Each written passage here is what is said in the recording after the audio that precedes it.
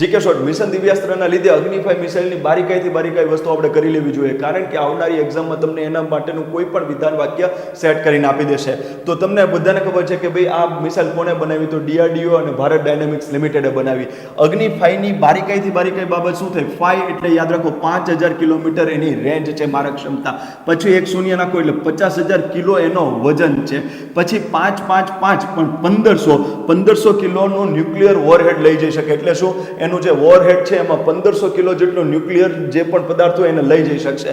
Okay, done છે. પછી 17.5 metre એની લંબાઈ છે અને 2 મીટર એની પહોળાઈ છે. અને એટલું યાદ રાખજો, 3 સ્ટેજ છે એમાં સોલિડ ફ્યુઅલના. એટલું ક્લિયર છે.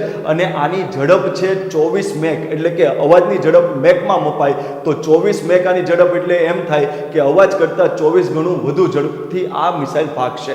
જી કહેશો.